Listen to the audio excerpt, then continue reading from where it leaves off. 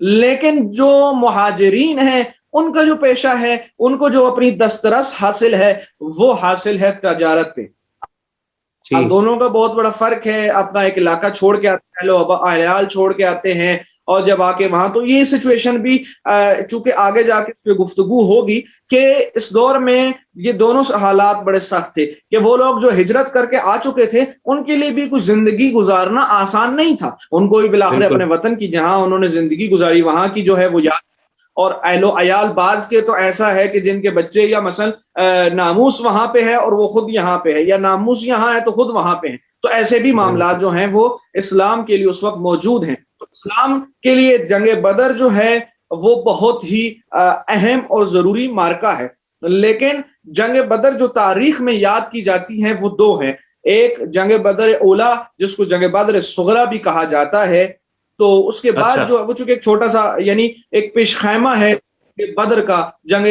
بدر کبریٰ کا، تو میں چاہوں گا کہ اس کی طرف بھی ایک جو ہے اشارتاً گفتگو کی جائے کہ وہ یہ ہے کہ جب دشمنان آرام سے نہیں رہے ہیں اور دیکھ رہے ہیں کہ مسلمانوں کو کسی نہ کسی طریقے سے تکلیف پہنچائی جائے، ان کو نقصان پہنچایا جائے، تو وہ کیا کرتے ہیں کہ جو مسلمان تھے ان کے اونٹ یا مال مویشی جو ہے وہ مدینے کے اعتراف میں جا کے، وہ سیرگاہیں ہوتی تھی وہاں پہ جا کے وہ جو ہے اپنا گھاس واس جو ہے ان کو چرواہے لے جاتے تھے اور ان کو جو ہے وہ دیتے تھے تاکہ وہ جو ہے اپنا غذا وہاں سے مہیا کر سکے اپنے مال و مویشیوں کے لیے۔ تو اب یہاں پہ یہ ہوتا یہ ہے کہ یہ لوگ جو دشمنان اسلام ہیں، جو کفار مشرکین ہیں، وہ اپنے لشکر کو بھیجتے ہیں، اپنے چند گروہوں دستوں کو بھیجتے ہیں جو وہاں جا کے مسلمانوں کی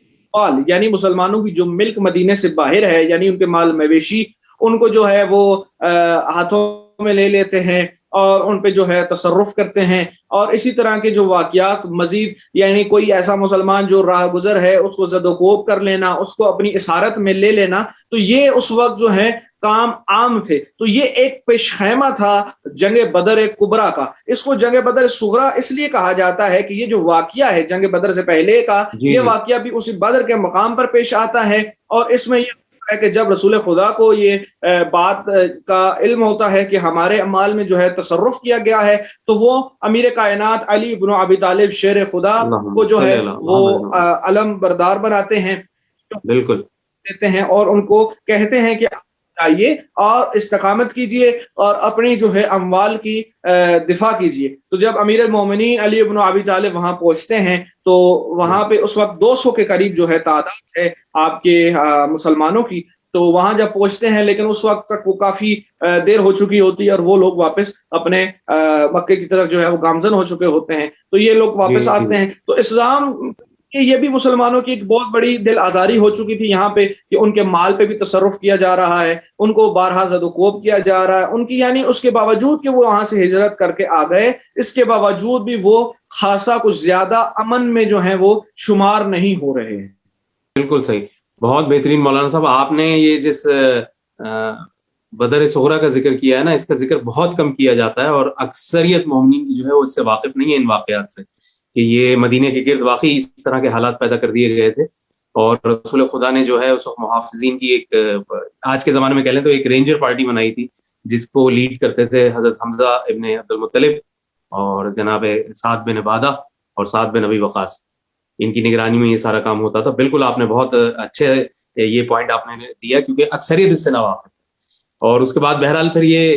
جب یہ بدر کا مارکہ آیا تو آغا اس پہ روشنی ڈالیے کہ اس بدر کے مارکے میں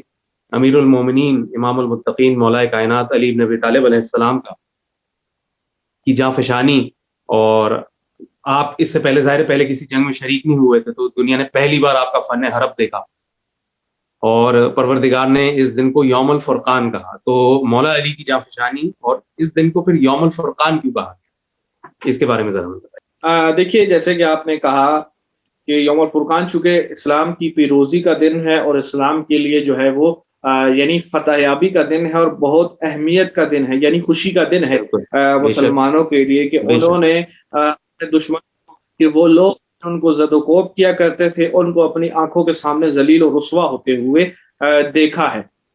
اور یہاں پہ امیر المومنین علی بن ابی طالب کے حوالے سے کی جائے تو جناب امیر متعلق میرا نہیں خیال کہ انسان کو یہ سوچنا چاہیے کہ جناب امیر کے جو فنون جنگی ہیں وہ کسی سے پوشیدہ ہیں. اس کی وجہ یہ تعلق ایک ایسے عرب کے مشہور قبائل میں ہے. ایک بنی ہاشم کی جو خاصیتیں ہیں وہ سخاوت میں بہت معروف تھے اور شرافت ہاشم کی. اور تیسری جو چیز بنی ہاشم کی مشہور تھی اہل عرب کے ہاں وہ ان کی شجاعت تھی. کہ بنی ہاشم جو وہ شجاعت میں کسی سے کام نہیں تھے. تو امیر المومنین علی بن ابی طالب ایک ایسے قبیلے سے ہیں کہ جہاں پہ کسی تعارف کے وہ محتاج نہیں ہیں. ان کو بتانے کی ضرورت نہیں ہے کہ میں ایک نیا ٹیگ لے کے آ رہا ہوں. بالآخر وہ ایک ایسے قبیلے سے ہیں اور ایک ایسے باپ کی اولاد ہیں کہ جو بالآخر شجاعت میں اپنی مثال آپ ہیں جناب ابو طالب. چونکہ ہم میں آپ دیکھیے کہ ایک طرف پورا مکہ ہے دشمنان جو ہے اسلام ہے اور ایک طرف جو ہے رسول خدا ہے کہ جو ابھی اس سچویشن میں ہے کہ اسلام ابھی پروان نہیں چڑھا ہے. تازہ ابلاغ شروع ہوا ہے, علل اعلان بتوں کا انکار شروع ہوا ہے اور ان لوگوں کی جو مشکلات کھڑی ہوئی. لیکن اس کے باوجود آپ دیکھیے کہ اصحاب رسول خدا صلی اللہ علیہ وسلم کو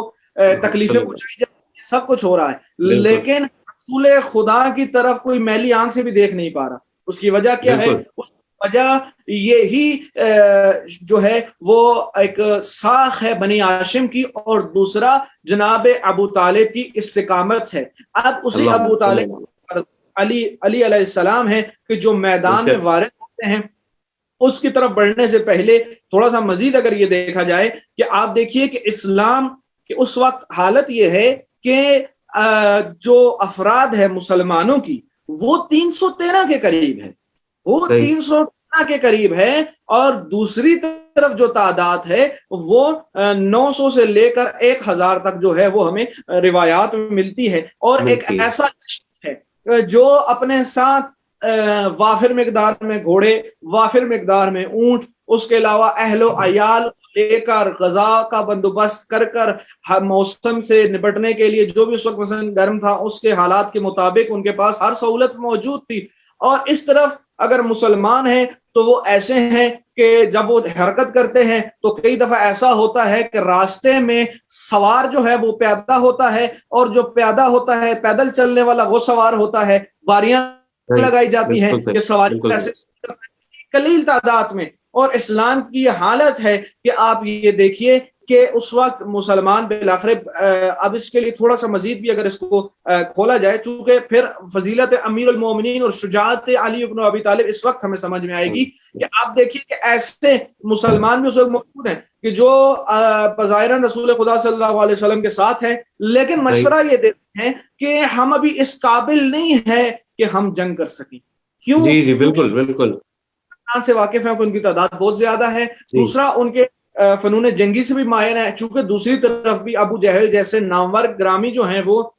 ماہر جنگ موجود تھے ان کے ہاں بھی, اور بڑے بڑے جنگ ہیں وہ ان کے پاس موجود ہیں. اب یہاں پہ مسلمانوں کے حالات جو ہیں بڑے خوفناک ترسناک ہیں, یعنی وہ اپنی طرف سے ڈر بھی رہے ہیں. بہت سارے ایسے جو مشورہ بھی دے رہے ہیں رسول خدا کو کہ ابھی ہمیں جنگ کی ضرورت نہیں ہے, ہمیں ابھی جنگ نہیں کرنی چاہیے. لیکن یہاں پہ چونکہ ناموس کی بات تھی. اب دوسرا ایک اور بھی یہاں پہ اگر میں بات عرض کرنا چاہوں, شاید کسی کے ذہن میں یہ سوال پیدا ہو جائے کہ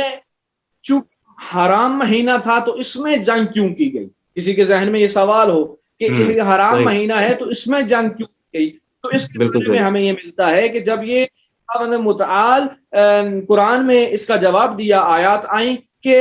وہ لوگ چونکہ کافر ہیں, مشرکان ہیں اور اسلام کے آڑے آ رہے ہیں, اسلام کی ترویج کے آڑے آ رہے ہیں اور آپ کو زد و کوب کر رہے ہیں, تو اس وقت جو ہے ماہ حرام کی حرمت سے زیادہ اسلام کی حرمت جو ہے وہ زیادہ ہے. یعنی اسلام جو ہے وہ زیادہ محتر ہے. تو یہاں پہ ایک تھوڑی سی یہ بھی بات واضح ہو گئی. تو اس کے بعد آپ دیکھیے کہ رسول خدا صلی اللہ علیہ وسلم, چونکہ عرب کا ایک دستور تھا کہ شروع جنگیں ہوتی تھیں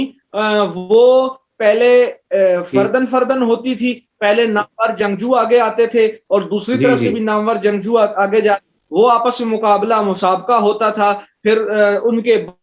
بعد جو ہے جب ان کا کوئی شکست یا جیت کا فیصلہ ہوتا تھا تو پھر جو ہے وہ لشکر آپس میں ٹکراتے تھے. اب یہاں پہ آپ دیکھیے کہ سید الشہداء حضرت حمزہ جیسی شخصیت جو ہے وہ جا رہی ہے، اور امیر المومنین علی ابن ابی طالب جو ہیں وہ جا رہے ہیں. اور آپ دیکھیے ایک ایسا، جیسے کہ آپ خود اس چیز کی طرف اشارہ فرما چکے ہیں کہ علی ابن ابی طالب یہ اس وقت ہے کہ جب امیر المومنین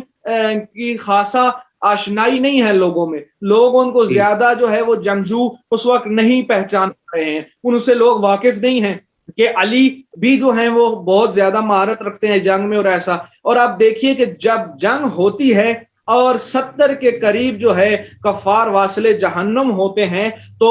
روایات میں ملتا ہے کہ نصف یا نصف سے زیادہ جو ہے وہ علی ابن ابی طالب کی تلوار کے ذریعے واصل جہنم ہوئے. اور یہ شہادت خدا کی، چونکہ خدا چاہتا ہے کہ آئندہ میں اس کو زمانے کا امیر بنانا ہے، تو زمانے کا امیر ہمیشہ شجاعت ہوتا ہے، کبھی ترسو یا ایسا نہیں ہوتا کہ جو کسی حالت میں گھبرا جائے. واہ واہ، سبحان اللہ، بہت بہترین، بہت بہترین. مولانا صاحب، جنگ بدر کے بارے میں یہ بھی کہا جاتا ہے کہ اس میں 70 کے قریب کفار قتل ہوئے، تقریباً مکے کے ہر گھر کا کوئی نہ کوئی کافر جو ہے وہ اس جنگ میں مارا گیا. تو اور پھر ہم تاریخ میں بھی دیکھتے ہیں کہ جب سر امام حسین علیہ السلام یزید کے دربار میں آتا ہے تو وہ یہی کہتا ہے کہ میرے وہ بزرگ جو بدر و احد میں مارے گئے وہ آج ہوتے تو دیکھتے کہ میں نے کیسا بدلہ لیا. تو کیا یہ ایک بہت بڑی وجہ تھا خاندان رسالت سے اور اہل بیت سے دشمنی پیدا ہو جانے کا؟ دیکھیے، جنگ بدر ہو، حنین ہو، یا آپ کوئی بھی جنگ اٹھا کے دیکھ لیجئے کہ امیر المومنین علی ابن ابی طالب کی تلوار ہمیشہ اسلام کی طرف میں سر فہرست ملتی ہے. اور امیر المومنین کی تلوار کے ذریعے جو ہے روایت ہمارے پاس وافر مقدار میں روایات موجود ہیں کہ کوئی ایسا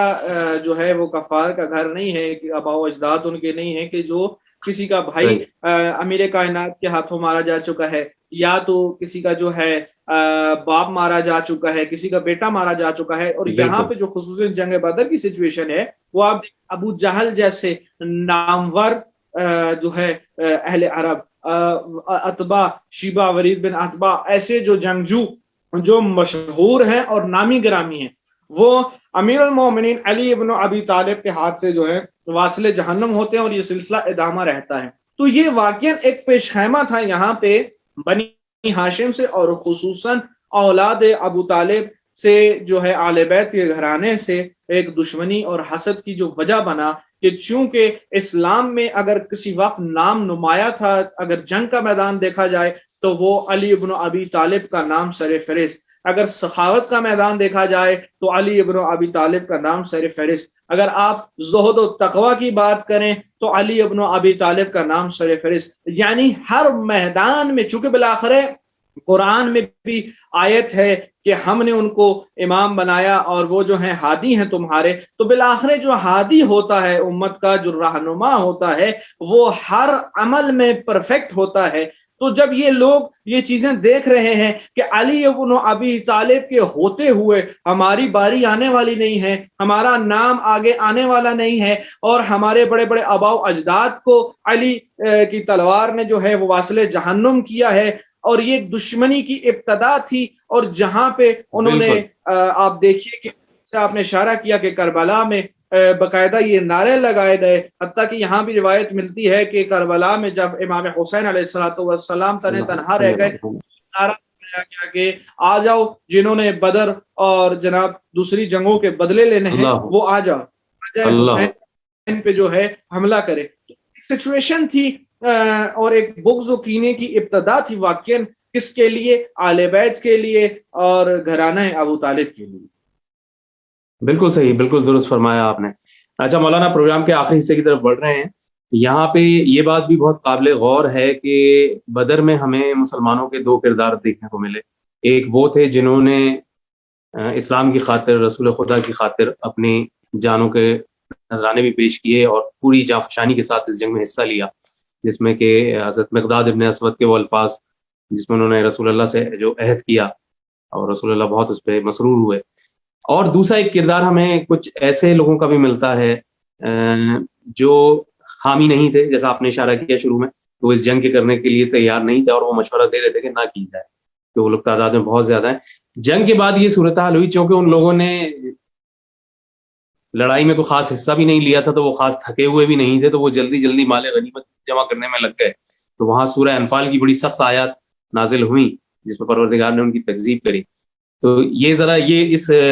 رول کے اوپر بھی نظر ڈالیے گا کہ بعد میں جو دو رویے دیکھنے کو سامنے آئے، ایک تو وہ تھے جنہوں نے رسول خدا کی خاطر اپنی جانوں کی پرواہ نہ کی، انہیں مال غنیمت کی بھی پرواہ نہیں تھی، اور دوسرے وہ تھے جو کسی طور سے کترا رہے تھے جنگ کرنے سے اور بعد میں مال غنیمت کی انہوں نے خود ہی ایک بندر بانٹ شروع کر دی۔ تو اس کے بارے میں بھی ذرا سے روشنی ڈال دیجیے۔ دیکھیے، بعض فقہات کے نزدیک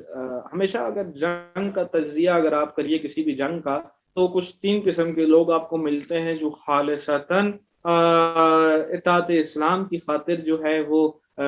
آگے بڑھتے ہیں، کچھ لوگ مال غنیمت کی لالچ میں آگے آتے ہیں، اور کچھ لوگ ایسے ہوتے ہیں آگے آتے ہیں جن کے پاس کوئی اور آپشن نہیں ہوتا، ان کا لیے یہ ہوتا ہے کہ بھائی بالکل صحیح، تو کیوں نہ کوئی چارہ نہیں ہے، آگے اسی کے لیے جو ہے وہ قدم بڑھایا جائے۔ تو ایسے لوگ اس وقت موجود تھے، اور آپ نے جیسے کہا کہ بعض لوگ جو لوگ مشورہ دے رہے تھے رسول خدا کو اور کہہ رہے تھے کہ ہمیں ابھی جنگ کی ضرورت نہیں ہے، ہم اس قابل نہیں ہیں کہ دشمنوں سے لڑ سکیں، لیکن جب فتح یابی ہوتی ہے، آپ جو حقیقی معنوں میں اسلام کے دائی ہیں وہ اس وقت پروردگار سے جو ہے وہ اظہار تشکر کر رہے ہوتے ہیں اور اپنے جو ہے وہ خدا کی عبادت مشغول ہوتے ہیں کہ خدایا تو نے ہمیں بہت بڑی فتح نصیب فرمائی ہے۔ ان کے نزدیک اس وقت خدا سے ارتباط قائم کرنا ضروری ہوتا ہے، لیکن یہاں پہ کچھ لوگ ایسے بھی نظر آتے ہیں کہ جو صف میں تو کیا واقعتاً بہت پیچھے ہی تھے جنگ میں، اور انہوں نے کچھ خاص حصہ نہیں لیا جنگ میں، کوئی خاص رونما کردار بھی ادا نہیں کیا، لیکن جب مال غنیمت آتا ہے، مال غنیمت بالآخر ایک عرب کا اتنا بڑا کاروان، اتنی بڑی طاقت جو ہے وہ 1000 کا لشکر جب آتا ہے اور وہ جمع ہوتا ہے، اور آپ یہ دیکھیے کہ اس لشکر کے ساتھ جو ہے دنیا کی ہر جو ہے وہ سہولت اس وقت کے مطابق ساتھ لائی جا رہی ہوتی ہے، تو چونکہ ان لوگوں کی جو اصل سوچ تھی، سورس جو ان کا سوچ تھا، یعنی ان کی جو فکر تھی، مائنڈ تھا، وہ یہی تھا اسلام کے لیے بھی کہ چونکہ وہ عرب میں کچھ خاص نمایاں نام نہیں رکھتے تھے، اہل عرب کے ہاں وہ بڑا ایک شدہ سے لوگ تھے اور ان کو کوئی خاص پہچان اور مرتبہ حاصل نہیں تھا، تو ان کو یہ لگا کہ بھائی ایک نئی تحریک آئی ہے، عرب کے خلاف ہے، قریش والوں کے خلاف ہے، چونکہ ان کے نزدیک یا تو آپ دیکھیے بنی ہاشم ہی سب سے اوپر تھا، اور اس طرح کے جو قبائل ہیں، دوسروں کا نام نہیں لے رہا اس وقت، تو وہ جو ہے نامچین جو ہے وہ قبائل تھے اور انہی کا نام جو ہے معروف تھا، ہر زبان زد عام تھا، تو یہ لوگ گمنام تھے، ان کی کوئی خاص پہچان نہیں تھی، تو ان لوگوں کے ہاں یہ بڑا ضروری تھا، اپنی پہچان بنانے کے لیے ضروری ہے کہ ٹھیک ہے اسلام آ گیا ہے تو کیوں نہ ہم اسلام کے ساتھ ہو لیں، ہم جو ہے اسلام کے ساتھ ہو لیں گے تو ہو سکتا ہے کہ کوئی نہ کوئی ایک پوسٹ، کوئی نہ کوئی ایک پوزیشن ہمیں بھی حاصل ہو جائے، تو یہاں نہ صحیح وہاں صحیح وہاں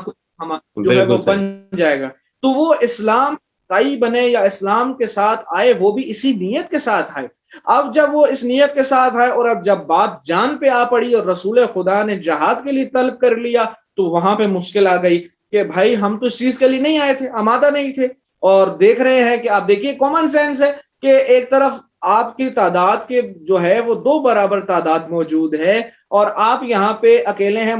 یقین ہے انسان کو کہ جناب ہمارا جو ہے وہ مارے جائیں گے، کیونکہ ہر بندے کو تو اس وقت غیب کا علم تھا نہیں، ہاں یہ تھا کہ جن کے پاس طاقت ایمانی تھی، ایمان کبھی تھا، ان لوگوں کو اپنے خدا پہ بھروسہ تھا اور اپنے رسول خدا صلی اللہ علیہ وسلم بھروسہ تھا کہ ہمارا ہادی جو ہے ہمارے ساتھ، چونکہ ایک اور چیز آج کرتا جاؤں کہ غزوہ ان کو کہا، ان جگہوں کو کہا جاتا ہے غزوات کے جن میں رسول خدا صلی اللہ علیہ وسلم نے خود شرکت فرمائی ہے اور خود جو ہے وہ گائیڈ لائن دی ہے کہ کس طرح سے جو ہے وہ جنگ کرنی ہے۔ تو یہاں پہ وہ لوگ جو ہے جب دیکھتے ہیں کہ مال غنیمت اب مسلمانوں کے ہاتھ آن پڑا ہے تو وہ لوگ میدان میں کود پڑتے ہیں اور مال غنیمت جمع کرنے لگ جاتے ہیں کہ جس کی رد میں جو ہے وہ قرآن کی آیت آتی ہے اور اس عمل کو جو ہے وہ ناپسند کیا جاتا ہے اور ان کو جو ہے وہ نفی کیا جاتا ہے اس عمل کو۔ اب یہاں پہ ایک اور چیز جو آپ یہ دیکھیے کہ شاید بعض لوگوں کے ذہنوں میں ایک چیز وہ آتی ہو کہ کہتے ہوں کہ رسول خدا صلی اللہ علیہ وسلم کی شخصیت بڑی مظلوم سی اور بڑی نفیس سی شخصیت ہے، اور وہ صحیح، کچھ جنگوں میں ان کی فعالیت نہیں رہی، اور رسول خدا جو ہے وہ خاص جو ہے وہ جنگجو نہیں تھے، یا کچھ ایسی سچویشن نہیں تھی. تو ایسا نہیں ہے.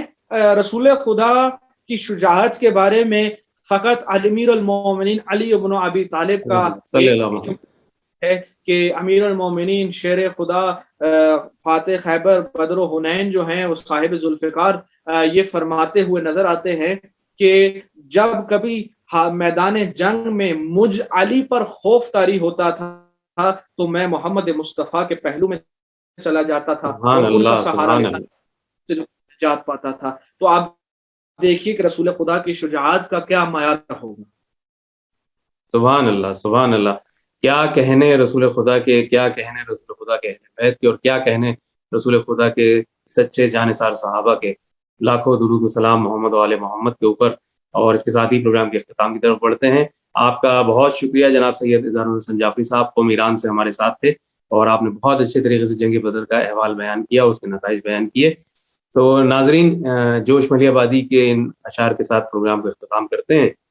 کہ دیکھیں آج کے دور میں بھی، آج بھی مارکہ بدر موجود ہے، ایک خیبر جدید قائم کیا جا رہا ہے، باطل قوت آج بھی سرگرم ہے. تو اس کے لیے ضرورت ہے کہ وہی حیدری جذبہ جو بدر میں نظر آیا تھا، جو حنین میں نظر آیا، جو کربلا میں نظر آیا، اس کو اپنایا جائے، اس روش پہ چلا جائے. تو جوش فرماتے ہیں کہ بڑھتے رہو یوں ہی پے تسخیر مشرقین، بڑھتے رہو یوں ہی پے تسخیر مشرقین، سینوں میں بجلیاں ہو زبانوں پہ یا حسین، تم حیدری ہو سینہ اجدر کو پھاڑ دو، اس خیبر جدید کا در بھی اکھاڑ دو. تو اجازت دیجیے گا پروگرام قائم ٹی وی کی رمضان کی خصوصی ٹرانسمیشن سے سجاد شاہ جی کو، اور ایک بار پھر بہت شکریہ جناب مولانا سید اظہار الحسن جعفری صاحب کا. انشاءاللہ اگلی خصوصی نشست میں پھر گفتگو ہوگی. تب تک اپنا اور سب کا خیال رکھیے گا. اللہ نگہبان. اللہ حافظ.